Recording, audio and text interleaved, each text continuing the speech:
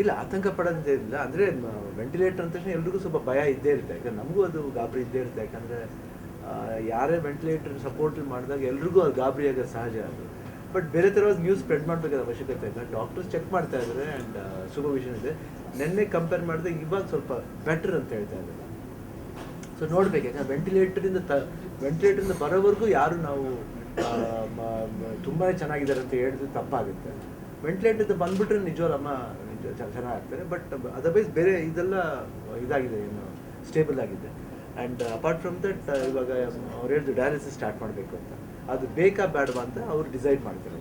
Otherwise ನೆಫ್ರಾಲಜಿಸ್ಟು ನೋಡ್ತಾ ಇದ್ದಾರೆ. ಸ್ವಲ್ಪ ಔಟ್ಪುಟ್ ಕಮ್ಮಿ ಆಗಿರೋದ್ರಿಂದ ನೋಡೋಣ, ಮತ್ತೆ ಕಿಡ್ನಿ ಫಂಕ್ಷನ್ ಮಧ್ಯಾಹ್ನ ಟೆಸ್ಟ್ ಮಾಡಿಬಿಟ್ಟು ಬೇಕಿದ್ರೆ ಡಯಾಲಿಸಿಸ್ ಮಾಡೋಣ ಮಾಡಿ. ಇಲ್ಲಾಂದರೆ ಆಲ್ಮೋಸ್ಟ್ ಎಲ್ಲ doctors they are checking our problem, nothing to worry.